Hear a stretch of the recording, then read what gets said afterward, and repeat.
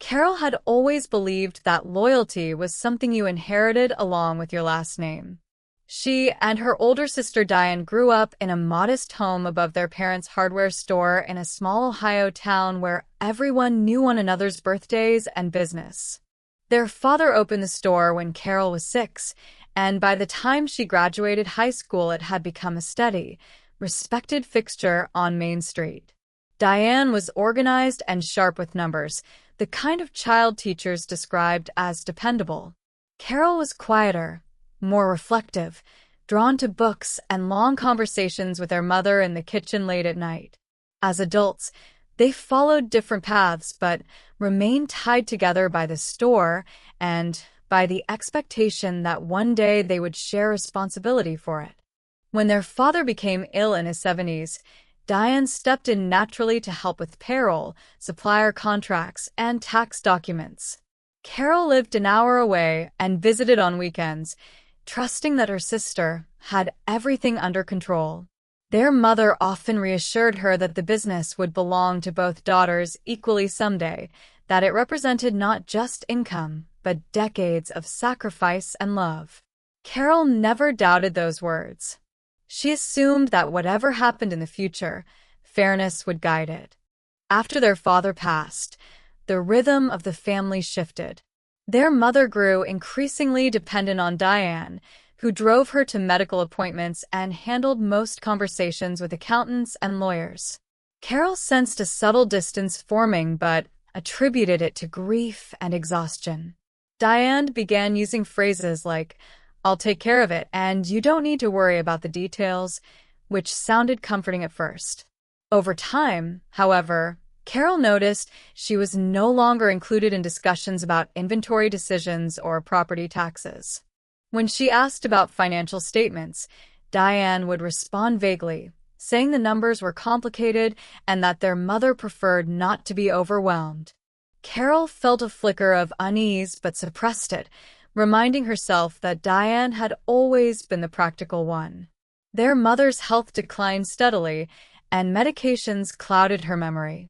Some days she seemed lucid and affectionate, speaking proudly about her daughters and the store.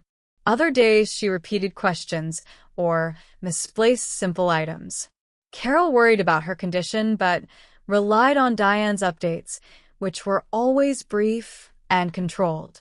The sisters still shared holiday dinners and polite conversations, yet something unspoken lingered beneath the surface, a tension Carol could not quite name. When their mother died 2 years later, grief arrived in waves so strong that practical matters felt distant and unreal.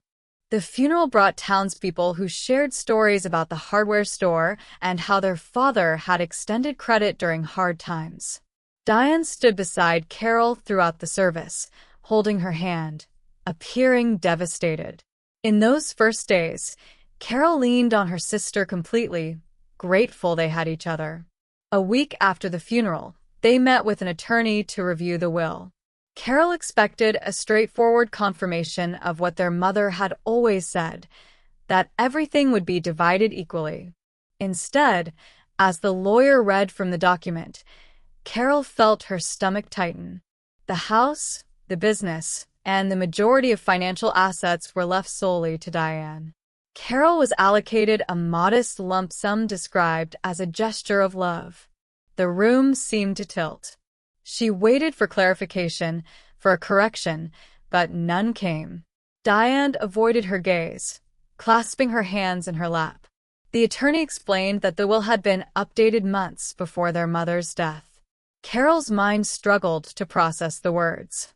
She remembered countless conversations in which her mother insisted on fairness.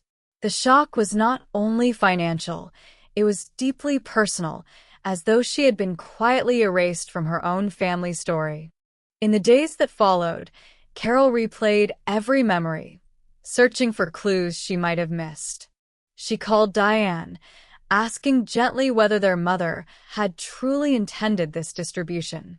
Diane responded that their mother wanted stability for the business and believed Diane was better suited to manage it. She insisted the decision had been made calmly and legally.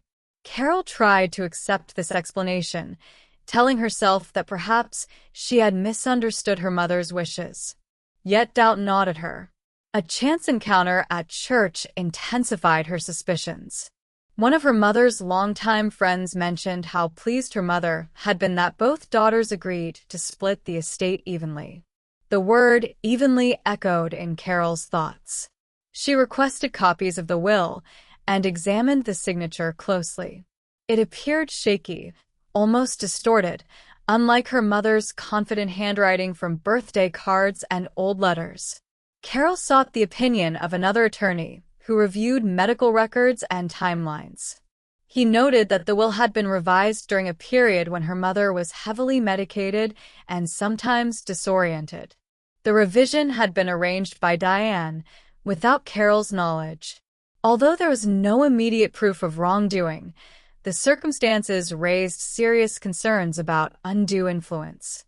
Carol faced a painful choice: accept the situation and preserve what remained of her relationship with Diane, or challenge the will and risk permanent division. After weeks of sleepless nights, she decided that silence would feel like complicity. Filing a legal challenge was emotionally exhausting.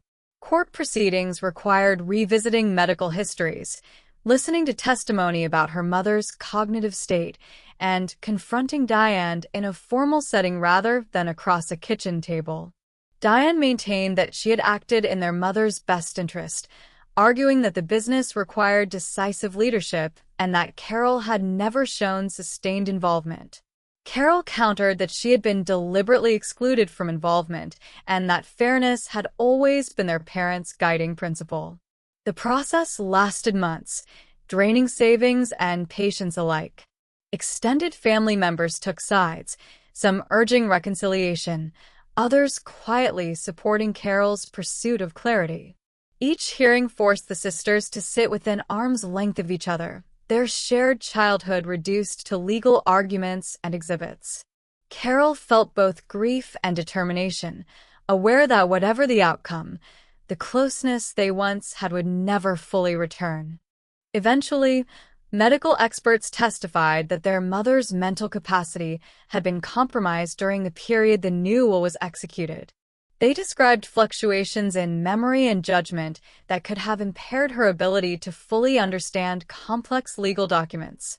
The judge weighed this testimony carefully and ruled that the revised will was invalid due to concerns of undue influence. The estate reverted to the prior legally binding version, which divided assets equally between both daughters. Legally, Carol had succeeded. Yet the victory felt hollow.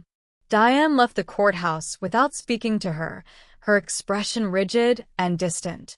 The hardware store was ultimately sold, as neither sister wished to run it together after the trial. Proceeds were split according to the restored will. Carol used part of her share to pay legal fees and invested the remainder conservatively, seeking stability rather than expansion. The childhood home was also sold, its rooms emptied of furniture and memories. In quiet moments, Carol mourned not only her parents, but the sisterhood she believed was unbreakable. Years later, Carol reflects on the ordeal with a mixture of sadness and clarity. She recognizes that betrayal rarely appears suddenly. It often grows quietly in the shadows of unspoken resentments and unchecked control. She wonders whether Diane felt overlooked in childhood, whether ambition and insecurity intertwined in ways neither of them understood.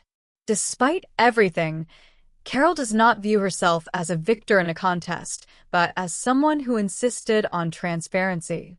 She sometimes considers reaching out to Diane, imagining a conversation not about money or property, but about the fears and misunderstandings that fractured their bond. So far, that conversation has not happened. The town continues to operate without the family hardware store, its storefront replaced by a cafe that bears no trace of its history. Carol keeps a framed photograph of her parents on her desk, reminding herself that legacy is more than assets and titles. It is also the courage to seek truth, even when that search reshapes relationships forever.